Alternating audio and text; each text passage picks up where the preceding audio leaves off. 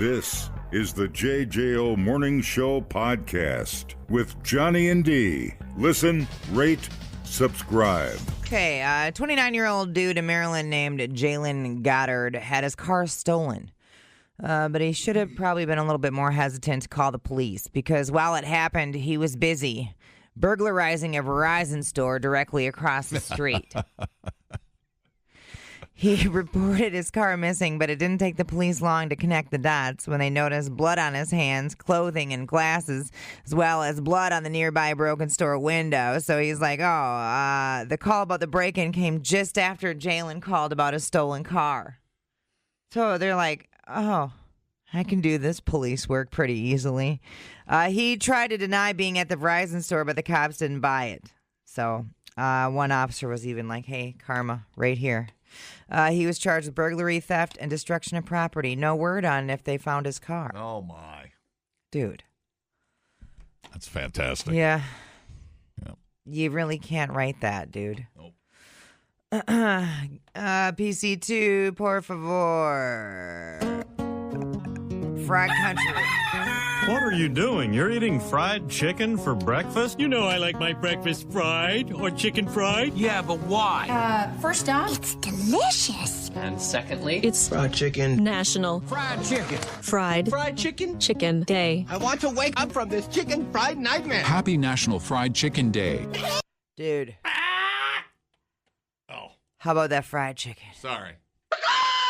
I still haven't been to, is it Dave's down here in the corner? Oh, yeah. Dave's Hot Chicken. Yeah, have you been to Dave's Hot Chicken? I have not been to Dave's Hot Chicken here. I ordered it one time when we were in Vegas via DoorDash, and it showed up cold.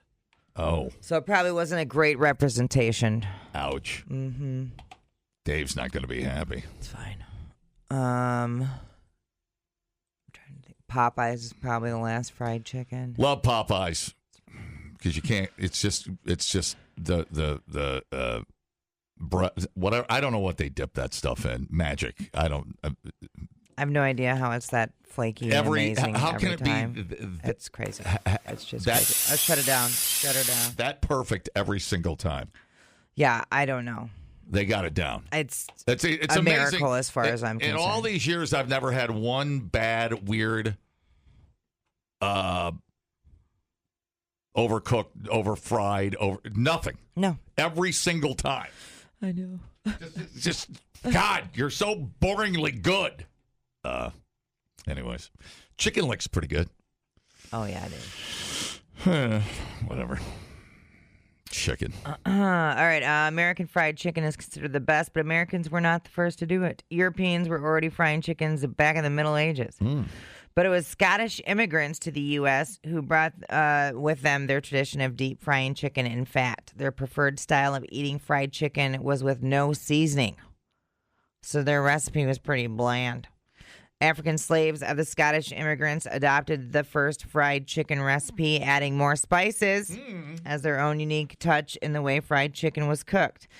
This dish became a staple in many Southern American households when African slaves became cooks there. One basis of this theory is from James Boswell's journal titled The Journal of a Tour to the Hebrides. In 1773, he wrote about eating fricassee of fowl for dinner, served by the locals, fried chicken or something like that. That was the quote. The earliest known recipe for fried chicken was written by Hannah Glass in the 18th century in her cookbook titled The Art of Cookery Made Plain and Easy. Her recipe was strangely named to marinate chickens, and it was in the first publication was in 1747. History of fried chicken wouldn't be complete without mentioning the king of fried chicken himself, Colonel Sanders. Oh, yeah. After doing a range of jobs, he came up with a genius idea of cooking fried chicken fast using a blend of seasoning and a pressure cooker. Right. When he first started selling the dish at his restaurant in Kentucky, it wasn't an instant success. At the age of 65, he hit the road selling his fried chicken under the name Kentucky Fried Chicken. As part of his business, he adopted the title of Colonel. By 1964, when he sold his company, there were 600 KFC franchises all over the country. I got a call. I don't know if I ever had Mike from Edge Construction tell the story about his dad. Or was it his dad or his dad's brother? I can't remember. Opened one of the first Kentucky Fried Chickens. Oh, really? And Mike used to. I feel like I know. Mike this used story. to play with Colonel Sanders. I mean, not. I don't want to make that sound weird. Not like they were out in the chicken shed or anything. But Mike knew Colonel Sanders. It's the weirdest story. That's so. Yeah, weird. I have to get the details. Just me and my buddy Colonel Sanders. The Colonel would like a few minutes alone. Mike, the Colonel will see you now. Like the Colonel is out in the treehouse with his special sauce and would like to see you now. The Colonel will see you now. Don't be late. And don't be long. Remember, you've got school in the morning. Anyways, I don't know what was going on there. There's some weird stuff. Anyways, it's a great story. It's a great story. Okay. Anyways. 16% of Americans would marry fried chicken. I would marry, like over what other food? I mean, I would marry fried chicken over a cheeseburger. The question is, what best describes your attitude towards fried chicken? And 2% hate it. 3% said I don't like it. 28% said I like it. 50% said I love it. And 16% said I would marry it. Dude, so there you go. How often do you eat fried chicken? I just assume what was the percentage on married? 16%? 16%. I thought that'd be higher, actually. Yeah. I thought more people was obsessed with fried chicken than as much as pizza. Well, I mean, 50% say I love it. Yeah, that's pretty good. 28% say I like it. We're doing pretty good. We're only, 5% hate it or don't like it. So that's not. We're doing pretty good. When I was growing up, it was almost like chicken was a special occasion. Oh yeah. I feel like I ate meatloaf every other day, and I feel like chicken was more of just a special thing Mom did, like a luxury. I don't know. That's my memory of chicken. It's fleeting. My memories are fleeting. But I don't know. Does that sound right to you? Well, I don't know. I was probably equally divided for us. I don't know. I don't know why. Mom made good chicken. God dang. I would marry a 3-piece with some red beans and rice at Popeyes. I'd marry it more than God, where do you put chicken in your priority your list? I love chicken. Where do you put chicken? Yeah, pretty high, but fried chicken is not my favorite kind of chicken. Right. You know what I'm saying? Yeah. You like Thanksgiving, like turkey? Chicken salad's my favorite. How do you like your chicken prepared is what I'm asking. In a salad. Shredded? Chicken salad. Shredded. Shred that schnit. Shred it and throw some Miracle Whip in it and some pickles, you son of a bitch. What about chicken wings? What about them? Very aggressive. Dry rub them. Very aggressive. Dry rub them hard. All right. What about you? What about I like crunchy chicken. I do. I like Popeyes. Yeah. I like the way they make the crunchier the batter for me. Oh my god. Yeah. That's pretty good for just winging it. I mean, hey, nice breasts. What? That doesn't make sense. That doesn't make sense. No, like Quick Trip. Let me be honest. I'm going to lay it out there. Oh no. Quick Trip chicken's okay. Yeah. If you're on the road trip. But if you're like going out for chicken, you're not going to Quick Trip. You're going to Popeyes. You see what I'm doing there? Some people are obsessed with the Quick Trip chicken. And I'm not saying Quick Trip chicken is good. Like on the way to the golf course. It's not consistent as Popeyes. Yeah. That's all I'm saying. And it's a different recipe. Sometimes Quick Trip, and just being honest, because I love the Quick Trip. Sometimes just a little overdone. Yeah. Sometimes it's been sitting a little too long, but that's what happens when you're, a gas station. And that's not a bad thing. I'm just saying, if you're going to go top tier, you got to go to Popeyes. All right, let's do some numbers here. All right, hit me. Let's see. 1825. That was the year when the first recipe for fried chicken in the U.S. appeared in a book called The Virginia Housewife or Methodical Cook. 18,000. The estimated number of KFC franchises worldwide. 2,493. That's the weight in pounds of the largest serving of fried chicken at KFC in celebration of the franchise's 70th anniversary. Oh my. Let's see. I got 1.25 billion. The number of chicken wing portions consumed on Super Bowl weekend in 2012. Let's see what it was last year.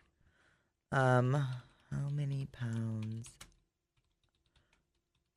Do you want to guess how many pounds of chicken wings we ate for the Super Bowl? I don't want to overbid. I'll say 1 pound. Dude, you're such a... I can't lose. I'm going to say 3 billion pounds. Okay, it's 370 million pounds, 1.48 billion chicken wings. Oh, man. So many chicken. So many chicken. And what part of the chicken is that? Is that their leg or something? What is that? I don't even know what it is. It their wing? Little baby wings? That's their wing. How old are they when they... Their wing and then the drumming. I don't want to ruin it, but how old is the chicken when we rip the wing off? Well, it depends, I suppose, on what kind of bird it is. Oh. Because you can get different birds that age.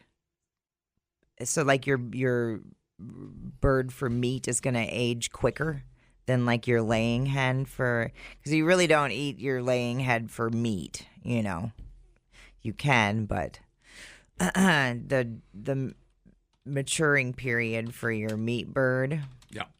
is going to be different. Let's see. 6 to 8 weeks. Red broilers take longer, 11 to 13 weeks, 20 weeks for larger fryers. 6 to 8 weeks for Cornish cross. Yeah. You think the chickens know that let's see, laying hens their delicious historical place in life when they're about to get their little head ripped off? No, they have no idea. You don't think they know? Laying hens take between 18 and 22 weeks to mature. So that's pretty crazy, the difference. They're caged? You know, they're not out having a couple of weeks out in the grass and outdoor? No, don't. You don't even want to know. Let's not go there. You don't even want to know. Read about the chicken wing story in Buffalo. It's fantastic. I know we were talking to... Yeah, it is a great story. With the Anchor bar and the sauce. And and the controversy that goes with it. It's actually a great story. Well, you better have some fried chicken today. Oof. That's what it sounds like to me. Dumbing down your smartphone. One podcast at a time. Listen, rate, and subscribe to the JJO Morning Show podcast. Get up with Johnny and D. JJO. Oh, yeah. Shout out to Bill, who gave me the tip on this story. Billy. Motley Crue played a show on July 4th in Winnipeg. And, I'm going to go warm up my coffee. Yep. Well, it does give me a reason to play this, too. Hey, this is Vince here from Motley Crue. Rocking and rolling from Madison. Hey, rock and roll. JJO. No rules. 94.NJO. Woo! Yeah. That's it. 2:00 in the afternoon. Show's not till 9:30. Yeah, bud. Anyways. Okay, so Winnipeg Stadium, July 4th. Give me PC2, my man. Here we go.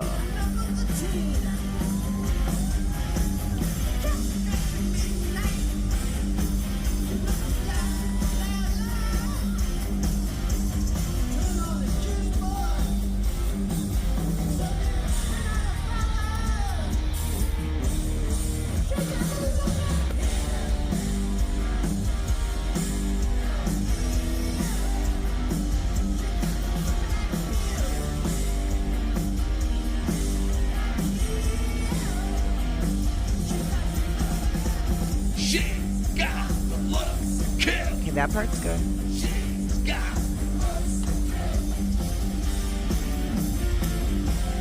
Dancers are doing a good job.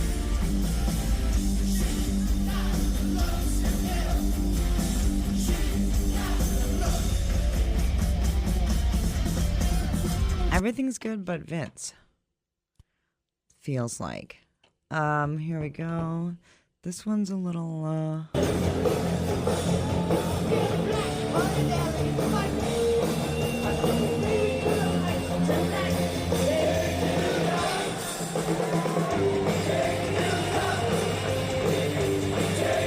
He just stopped singing now.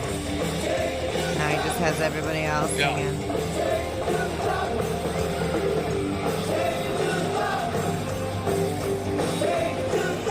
Totally just stopped there.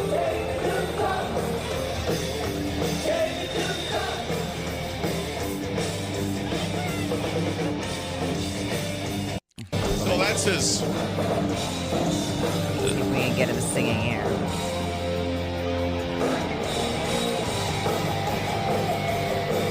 I mean, the guitars sound pretty good. I do have to say. That's not John 5 or whatever. That's his county fair band. Yeah. Yeah. Yeah.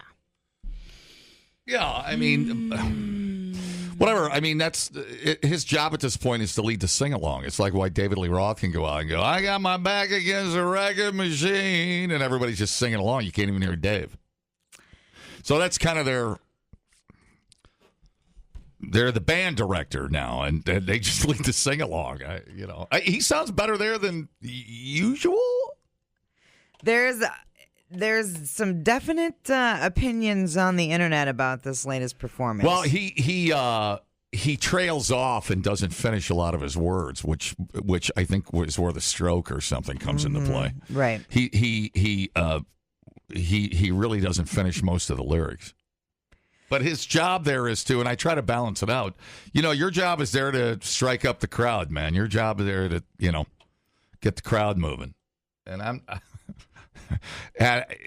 David Lee, Vince Neil, man, Eddie Money was really bad at the end. But I mean, you got to lower your expectations. I mean, Well, yeah, and there's some people that are like, they need to call it quits. But I'm all like, if people are buying tickets to the show, they're going to keep playing. Right. I mean, it's kind of, if you're spending the $300 to have front row VIP and do whatever, that's your money. If you want to blow it on a sing-along band, you go right ahead. Yeah. You're there for the nostalgia. You're there to keep the dream alive and the 80s alive, whatever you want to call it. I mean, I still think Motley Crue is the greatest big hair band that's ever lived. It ever took a stage. I'll always believe that when Vince was in his prime back, But I try to balance it out. I'd feel better if the show was only $30. Right. I can't give them $300. The return on investment. But you're not there to hear 25-year-old Vince Neil. You're there for the cause. Cause I want to rock. I feel like that's the ticket, right? Like you're not, you're going there, and Vince is not going to sound great. You're there for theater. It's still a big ass stadium show. You're there for the spectacle at this point. Right. We know Vince isn't great at his job. And if you want to play a backing tape and it makes it better, rock on, dude. Because for $300, you better make it as good as you can, and that's fine, not a problem. But the energy is lacking, and the voice is, you're on the last leg, man. Right. The last leg. So. But, I know a lot of people that think Vince has always sucked as a singer. Okay. Like a whiny, when he was young. Yeah. Because he does. He has that high, but now he just doesn't seem. I think the haters just go, he doesn't even try anymore and sells out stadiums. And I think it baffles people more than like why we hang on to the David Lee Roths and the Vince Neils. But, they're unicorns. Replace them. Right. And What do you replace them with? And it's probably going to be, like I went to the Garth Brooks show and everybody was singing along. And I found it highly irritating. But that's probably what it's going to be like at the Motley Crue show. You would have hated Jimmy Buffett concerts. Oh, my God. You couldn't even hear Jimmy the whole night. I'm sure it would have drove me nuts. And then you get somebody at a Jimmy Buffett concert screaming "Hamburger in Paradise." Oh my God! And you just want to stab everybody. Right, I probably would have. There's not enough Corona in the building. No, dude, no. But like that's, I'm assuming people are going to Motley Crue shows and yelling every word too. Oh wait, that's Cheeseburger in Paradise. Oh my God, the parrot heads are going to kill me. Sorry about that. I'm lactose intolerant. I have hamburgers in paradise. Cool. Hey, there's no wrong answer. Right? Yeah. So whatever. It's not for me. But if you want to have a good time, having some beers with your buddies, screaming along, to Vince Neil, butchering Motley Crue songs, you go right ahead. But here's the thing: you can't. When Vince is done, the band is done. 100%. I mean, I thought that was going to be was kind of going to happen when Mick Mars took off. Yeah. But it's not. I mean, clearly Mick and Tommy were the strongest parts of Motley Crue. But, I mean, if you lose Vince, it's over. Yeah, that's put a fork in it. I can't see, even with a Def Leppard and, whoever else you put out there. I can't see it without Vince in any capacity. Vince is imagine the Stones without Mick Jagger. Imagine that. Close your eyes and imagine that for a minute. Close your eyes. She closes her eyes only for a moment, but Mick Jagger's gone. Mick's in the wind. All you hear is Mick in the wind. She's getting very sleepy now. I took a nap. I believe you are correct. No one's going to want to see Motley Crue. I think considering his health and his age, I think you're getting the best that you could hope for. And again, it's the experience. If you love Motley Crue, you get married, people change, skin gets a little saggier, some age spots, pooping a little bit more. I feel like you're... what are you going to do? Are you going to leave your wife because she's pooping a little bit more? Well... No. She gains a couple of, 20 pounds. What are you going to leave your wife? What is happening?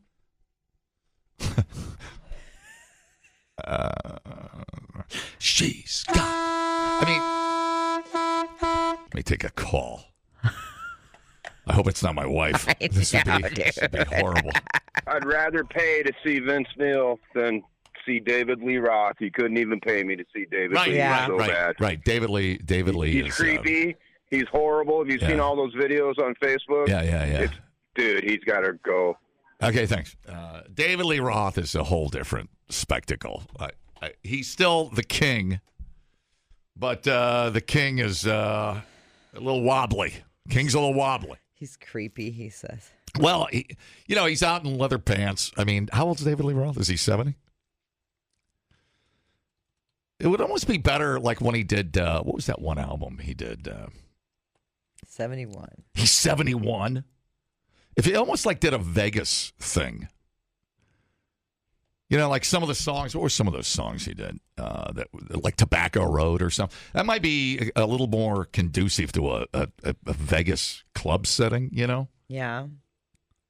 And I don't know if he'd think that was beneath him or anything, but you're still going to see David Lee Roth. David Lee Roth, you're there for Running with the Devil. You're not there for 71-year-old David Lee Roth singing Jump in tight leather pants with a cucumber in his pants. Yeah. David Lee Roth, still the sexiest lead singer in the history of music. Okay. What? I am as the most heterosexual man on radio, very comfortable saying that. Well, what you just described was the opposite of sexy. Well, no, in the day. Back in the day, man. Not now. I don't even know if back in the day that What? there was. How it was dare you? just very weird. How dare you? He was always weird and not. I don't know. That mouth was something. It was something. You know, doing his split scissors off the riser and yeah, it was amazing. Well, Van Halen in its prime was amazing. Sure. No, that's not just no. Well, that's fine, but that doesn't mean that he was sexy. Great, he was sexy. There's a formula out there, and he was sexy. It doesn't matter what you say right now. Well, I'm also a lesbian.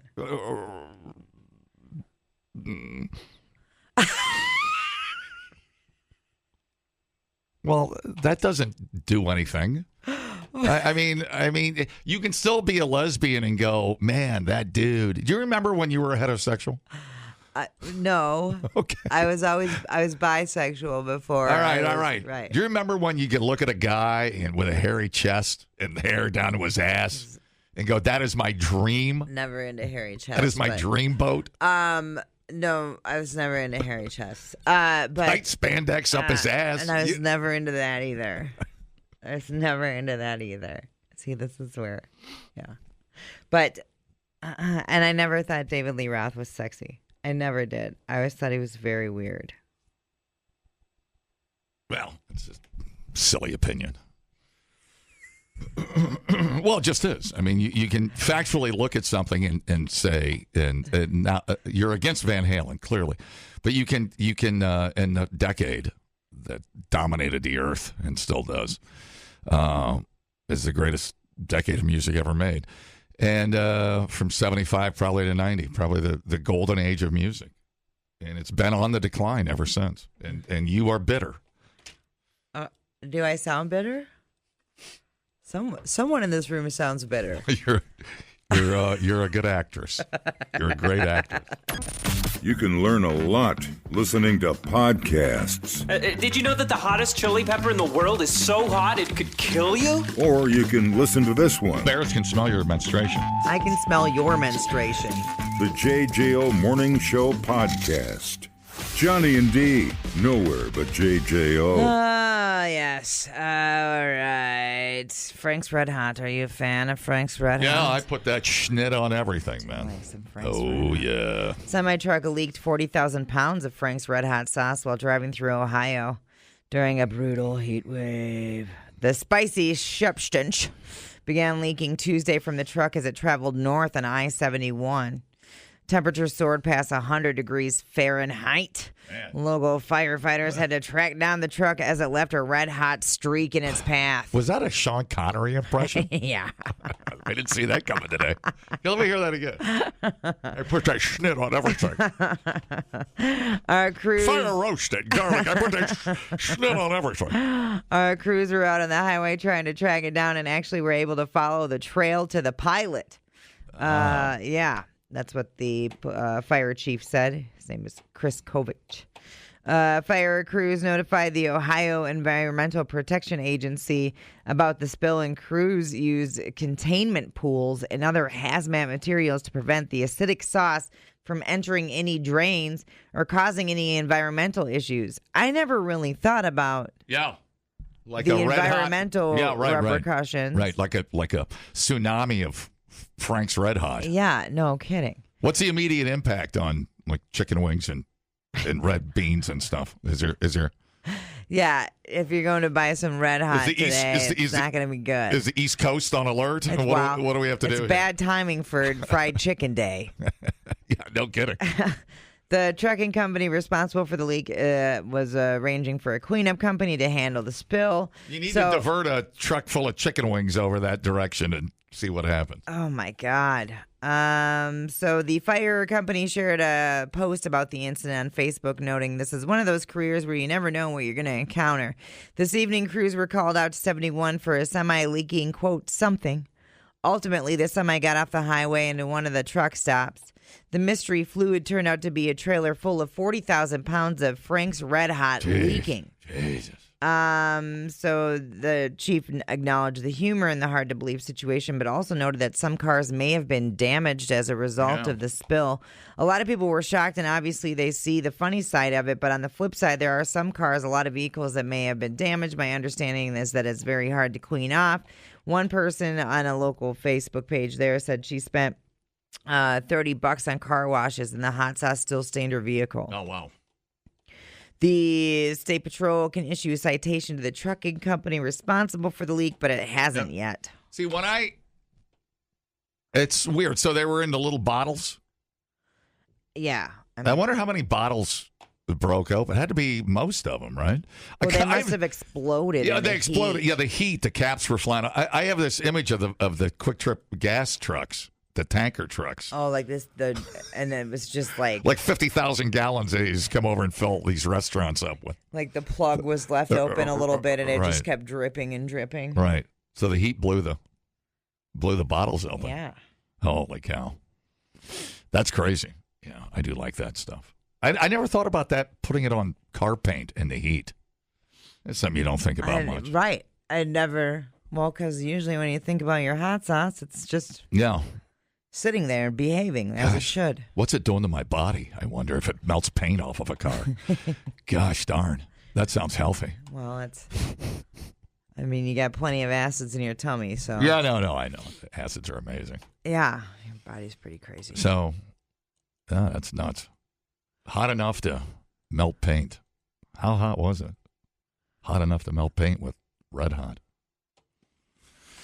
A Delta Airlines plane carrying 52 passengers and 6 crew members was hit by fireworks as it prepared to land at Chicago airport on Saturday night. Amazing. Dude.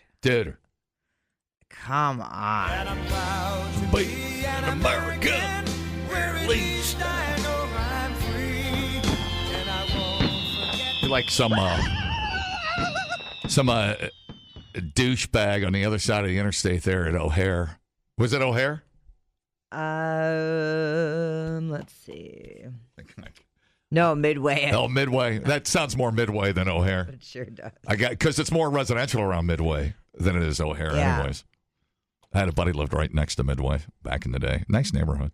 The pilots heard a big bang. I do have the air traffic control conversation. Tower, we just had a firework hit our plane, Delta 1076. We're continuing. Delta 1076, can you tell me if you had to, any further information about the firework? 200 feet AGL, 250 AGL, but we just heard the bang on the plane, so we'll have to take a look at it once we get to the gate. And we're just hoping it was just the mortar that went off underneath, but definitely felt the big bang. There have been multiple reports, as you can imagine. The city's aware. They said they would notify the Chicago police, but, I don't know what they'll do. Right. How are they going to find where it came from? These, they felt it in a plane. Yeah. It had to have hit the plane. Oh, yeah. Okay. Yeah. And the timing had to be just exceptional on that. Right. Before the incident, controllers can be heard warning of the presence of fireworks. So, yeah. Use caution. There are multiple homes near the approach shooting off fireworks. Wow. That's incredible. And any dumbass can go in there and buy some, pretty potent fireworks. That's incredible. Glad everything was all right. Damn. Yeah. Shat yourself. Yeah. And wow. I think of a heavy, one of those mortars. What do they go? They go 100, they go 200 feet? Oh, yeah. Easily, right? Yeah. Wow. Burn it down, man. Fireworks typically reach between 100 and 1,200 feet. Yeah. Professional city display shells burst between 6 to 1,200 feet. Consumer aerial fireworks peak at 100 to 400. Yeah. So there you have it. Holy. Holy. Oh, hell no. Now it's like, how does this not happen? Are just fireworks getting that crazy now? Or is just, what are the odds, What are the odds? Haven't heard of it till this year. Is that why they call that airport Midway? Because the bombs that went off at Midway Island? We're recreating 1943.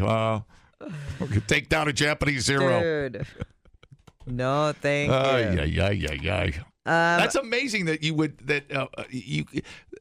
feel that on a big ass plane with 180 people on it.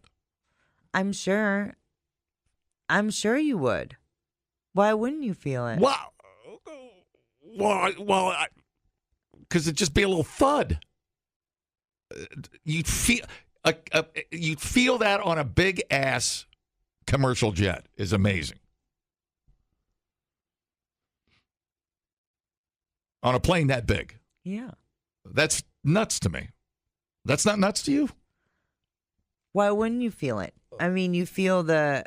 I mean, a bird strike is one thing. You know, if you suck in 10 birds or whatever, that's one thing. Your engine just flamed out. But just a mortar? Wow, must have hit it just right. Or the pilots are drama queens. We're going They're down. well-known drama We're going down. We're going down. Air traffic control, like, you do this all the time. Every time you guys come to Midway, you think he's overreacting. Well, the wing's on fire. Oh, this time God, is that crazy? All right, Joey Chestnut is still the GOAT. He won his 18th title at the hot dog eating contest on Coney Island. So here we go. This is the 18-time champion of the world with 66 Nathan's Famous hot dogs and buns in 10 minutes, Joey Chestnut!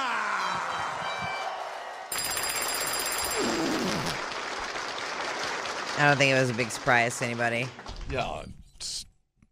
Right? The GOAT. Who was the closest? The only question is he going to break 75? It's not about him winning. Is he going to go insane? And I'll give you my bike if you Get can out prove of you. here.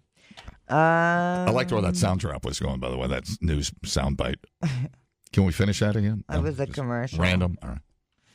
I don't have who was second, but I have Mickey Sudo won the women's contest. She had 38.75 hot dogs. Wow. She won for the 12th time for the women's. Joey vote. Chestnut eats all the hot dogs at every party you go to. And then he's got that puke face. He's just trying to get through the interview at the end of the competition so he can go puke it all back up. You know, his veins are popping. His face is red hot. His whole body's twitching. He just wants to go puke. How'd you feel? Why do you think you locked it up? You think it's going to be an early spring? He just wants to go puke it all up. He's like, fine, yeah, thank you. God. It's that. Let's see, Patrick Bertoletti. It's the soaking of the bread that makes me throw up a little bit. I know. It's not even the hot dog. It's that wet, soaking bun falling apart. I was thinking about just inhaling that wet bun 66 times. I had 2 hot dogs Friday. Did you? Yeah, we were Thursday because I was heading to the golf course, and I stopped at Quick Trip. I almost sent you a picture of them because we were talking about hot dogs the whole day. And I dressed them up with as much as I could at Quick Trip with pickles and tomatoes and mustard and all relish and all the things. Mm-hmm. They actually look pretty spectacular. Yeah. And I ate 2 of those, and I was at my breaking point. Yeah. I don't know how many you can do. These days I'm a one and done girl. Yeah, I'd never eat another hot dog again if I would have had to eat a third hot dog. Yeah, there are prices to pay if I go over the 1. Tell me about the price. What's the bill look like? You know, nausea, heartburn, indigestion. Yeah. That's upset stomach. Diarrhea. Yeah. Yeah. But it's not good. I love my the burps. There's just nothing worse than like 6 hours later, burping up the friggin' hot dog that you ate, and you're just like, God, why? God, why? I love how angry everybody gets about, $100 in hot dogs.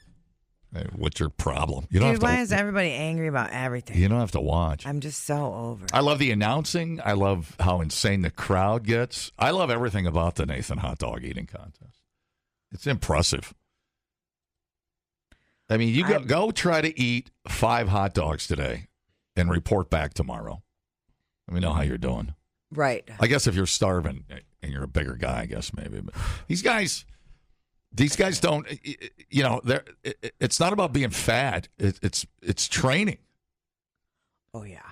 It's all about stretching your stomach, and whether you poop it or vomit or whatever you do, whatever your thing is, whatever your regimen is, it's all about stretching your stomach, and you have to start at 5, go to 10, work your way up to 20. And it's all about stretching that stomach out. Has nothing to do with whether you're the 400 pounds. You just telling people to eat 5 hot dogs is making me upset. Yeah. Yep. Get some warm onions on there. Oh, yeah. It's gonna go. You're reckless, man. A couple bags of onion. Not good. Shut up. Replay today the JJO Morning Show podcast. Get up with Johnny and D. JJO. I love cats. I love every kind of cat. I just want to hug all of them, but I can't hug every cat. Can't hug every cat. So anyway, I am a cat lover and I love to run. I'm sorry, I'm thinking about cats again. I really love cats. Hello. What's Welcome now? to Cat Chat. What's now? Okay, there's a kitty cat going after the Guinness World Record. Rescue kitten in Michigan making history 1 toe at a time. According to Guinness World Records, Toby, a 10-month-old cat from Lansing, Michigan, has tied the record for the most toes on a cat after veterinarians confirmed he has 28 digits. Whoa! The feat matches the record set in 2002 by Jake, the polydactyl cat from Canada. Toby officially earned the title after finding his forever home with Delaney Henderson, who adopted the kitten as a companion for her other rescue cat, Connie, in 2025. Connie is also a polydactyl cat, so she has thumbs and other extra digits, but not 28. That's crazy. That's crazy. Henderson says that she had been searching for a feline friend for Connie when she came across Toby. And although his adoption listing didn't mention his unusual paws, his foster mom did. When I first saw his toes, I really couldn't believe what I was seeing. Having another polydactyl cat, I was expecting extra thumbs, but I wasn't prepared for Toby's paws. So many little piggies, Pia. Oh, my God. Oh, my goodness. It wasn't just the record-worthy feat that won her over. I had a gut feeling when I met him that he was meant to be in my life, and I'm so grateful to have given him a forever home. Oh. Toby was initially shy after arriving at his new home, but has since grown into what Henderson describes as an energetic, talkative cat who loves to jump on furniture and never misses an opportunity for a snack. He's particularly food motivated, she shared, explaining that he'll bite through treat packaging and start howling whenever someone opens the pantry door. When he's not racing around the house, that's a lot of feet to be racing on. Toby is happiest cuddling with his owner. Imagine the biscuits that cat can make. When he isn't being a ball of energy, he is such a big baby. Ah, yes. He loves cuddles. He will purr as soon as you touch him, and he falls asleep between my legs anytime when I'm on the couch. A lot of people from Ohio have extra toes. It's probably something in the water. I think it is. Anyways. Yeah. The Frank's Red Hot. It's an Ohio thing. Despite having 28 toes and 30 claws, Toby doesn't experience any health issues because of the extra digits. He's in great health, and beyond a thorough nail trimming, he is a regular kitty with no extra concerns, she said. So, yeah, they share the home together with Connie. You could grip your whole face with a paw like that. Dude, it's so nuts. Or your nuts. She says, having these 2 kitties has truly changed my life for the better. They have become the best emotional support for everyone in our household.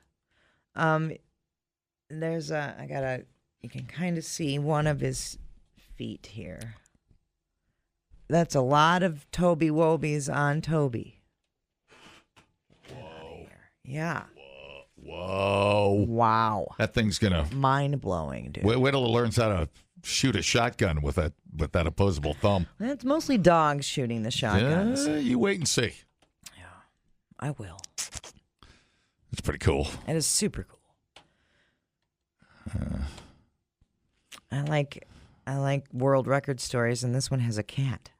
That's awesome. Yeah, it's pretty badass. What do they call it? Toby, yeah. Okay.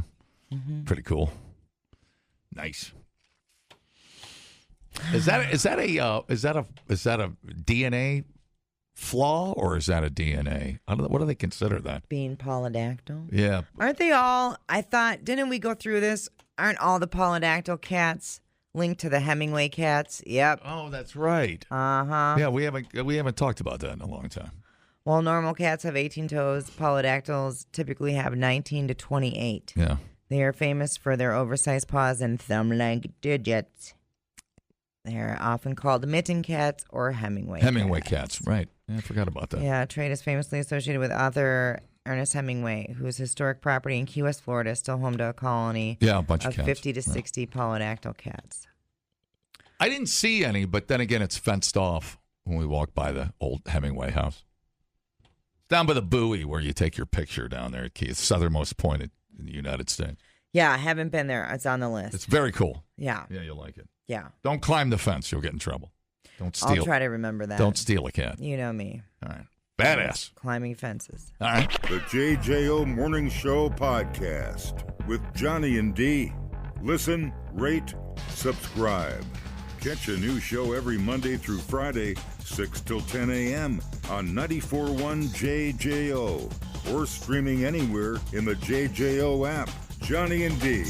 Nowhere but JJO.